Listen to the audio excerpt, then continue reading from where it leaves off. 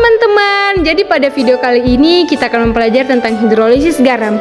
Dengan tujuan pembelajaran yang akan kita capai yaitu kita dapat memahami apa itu hidrolisis garam, menentukan sifat garam yang terhidrolisis, menentukan pH pada hidrolisis garam, dan menuliskan reaksi hidrolisis garam. Jadi ayo kita nonton sampai selesai video ini. Perlu kita ketahui bahwa hidrolisis garam adalah reaksi penguraian garam dalam air membentuk ion positif dan negatif. Pencampuran larutan asam dengan larutan basa akan menghasilkan garam dan air. Namun demikian, garam dapat bersifat asam, basa, maupun netral. Sifat garam dapat ditentukan dengan melarutkan garam dalam air. Garam akan terionisasi dalam larutan membentuk kation dan anion. Kedua ion ini ialah yang dipakai sebagai acuan dalam menentukan sifat suatu garam. Mari belajar sifat dari hidrolisis garam. Jadi, apa saja sifat hidrolisis garam? Yang pertama, garam dari asam kuat dengan basa kuat. Yang kedua, garam dari asam kuat dengan basa lemah. Yang ketiga, garam dari asam lemah dengan basa kuat. Dan yang terakhir, garam dari asam lemah dengan basa lemah. Nah, asam kuat dan basa kuat itu bereaksi membentuk garam dan air. Teman-teman bisa lihat gambar di bawah. Di situ ada gambar garam dengan air. Itu akan dicampurkan sehingga menghasilkan pH netral atau pH 7. Nah, kemudian ada garam dari asam kuat dengan basa lemah. Garam yang terbentuk dari asam kuat dengan basa lemah mengalami hidrolisis sebagian atau parsial dalam air. Garam ini mengandung kation asam yang mengalami hidrolisis. Larutan garam ini bersifat asam dan memiliki pH netral atau 7. Sebagai contoh, amonium klorida atau NH4Cl merupakan garam yang terbentuk dari asam kuat, HCl dalam basa lemah NH3.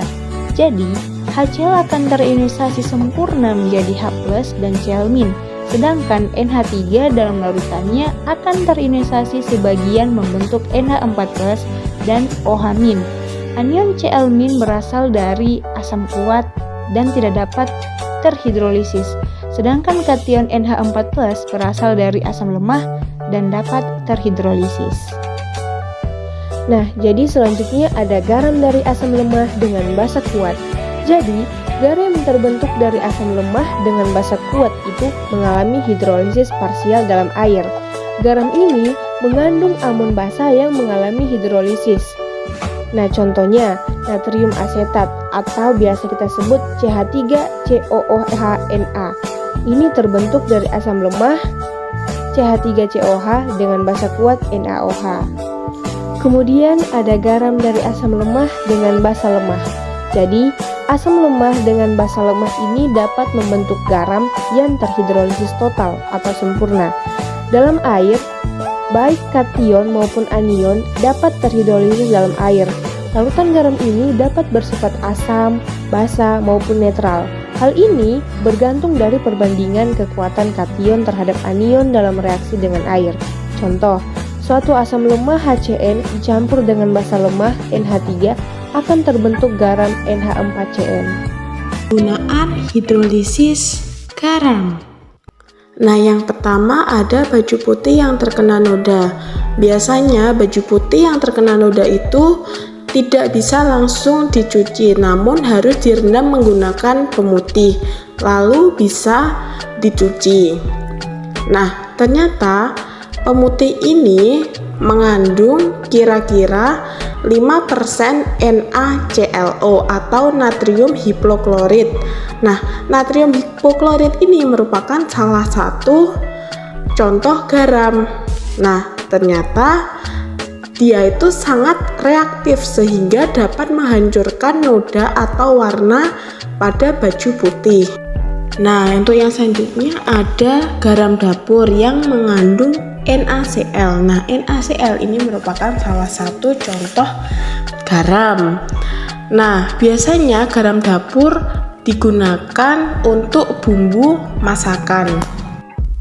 Nah, untuk yang selanjutnya ada senyawa garam yaitu C6H5COONa atau bisa disebut dengan natrium benzoat. Nah, natrium benzoat ini ternyata juga merupakan salah satu contoh garam yang biasanya terkandung dalam makanan atau minuman kemasan. Nah, fungsi dari natrium benzoat ini biasanya digunakan untuk pengawet makanan atau minuman. Untuk yang selanjutnya yaitu baking powder yang biasanya digunakan untuk pengembang kue. Nah, ternyata dalam baking powder ini mengandung NaHCO3 atau natrium karbonat dan merupakan salah satu contoh garam. Nah, untuk yang selanjutnya contoh garam yang lain yaitu natrium nitrit atau dengan rumus kimia NaNO2 yang biasanya digunakan untuk pengawet daging. Untuk yang selanjutnya yaitu hidrolisis sebagai penjernih air. Nah, untuk senyawanya menggunakan aluminium sulfat atau AlPO4.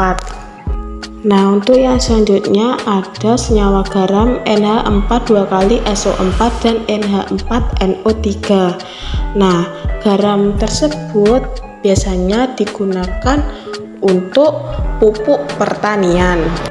Untuk yang selanjutnya ada senyawa CuSO4 atau tembaga 2 sulfat yang digunakan untuk pestisida. Nah, untuk yang selanjutnya yaitu sabun. Nah, pada sabun ini mengandung senyawa garam natrium stearat.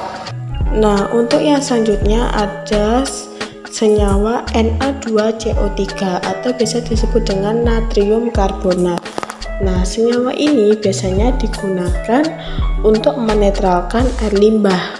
Nah, biasanya di pasaran berupa serbuk atau bubuk. Berikut ini contoh sifat larutan garam. Larutan garam berbeda dengan larutan asam dan basa. Larutan garam tidak dapat mengubah warna lakmus baik warna merah maupun warna biru.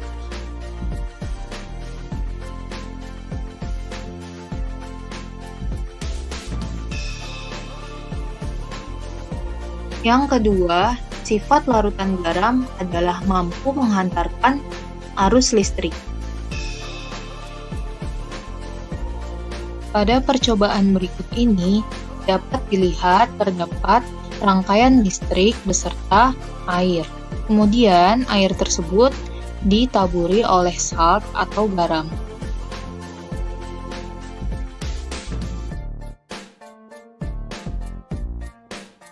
Kemudian terlihat lampu menyala setelah larutan ditaburi oleh garam. Berdasarkan sifatnya, larutan garam dibagi menjadi 3 jenis. Yang pertama, garam netral. Contoh dari garam netral adalah natrium klorida dan amonium asetat. Jenis yang kedua adalah garam asam. Contohnya amonium klorida dan aluminium sulfat. Jenis yang ketiga yaitu garam basa. Contohnya natrium asetat dan natrium karbonat.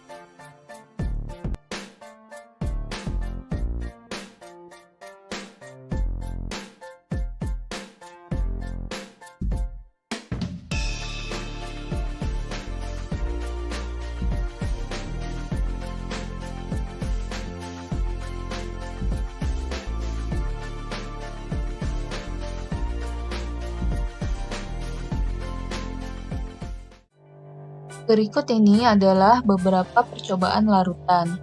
Larutan amonium asetat direaksikan dengan air dan menghasilkan kation dan anion.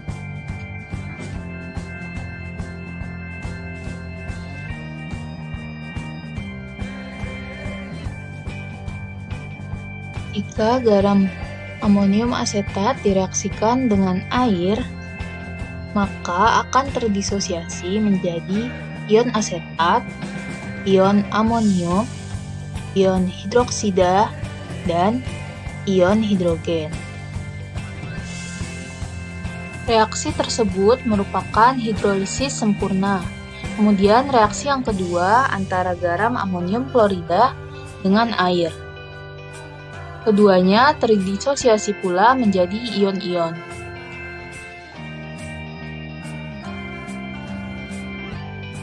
Ion klorida lebih stabil dibandingkan dengan ion hidrogen, sehingga tidak dapat bereaksi dan menjadi hidrolisis sebagian. Reaksi yang ketiga adalah kalium asetat dengan air.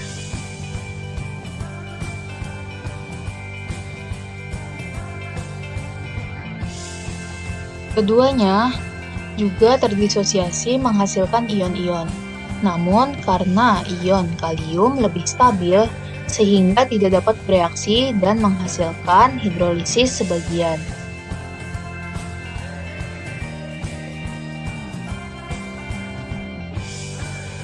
Jika garam KCl direaksikan dengan air, maka kalium klorida akan terdisosiasi menjadi ion klorida dan ion kalium. Kemudian, KCl tidak dapat bereaksi dengan air. Kalium klorida tidak bereaksi dengan air dikarenakan ion kalium dan ion klor lebih stabil dalam bentuk ionnya dibandingkan dalam bentuk AOH maupun HCl, sehingga reaksi keempat ini tidak dapat mengalami hidrolisis.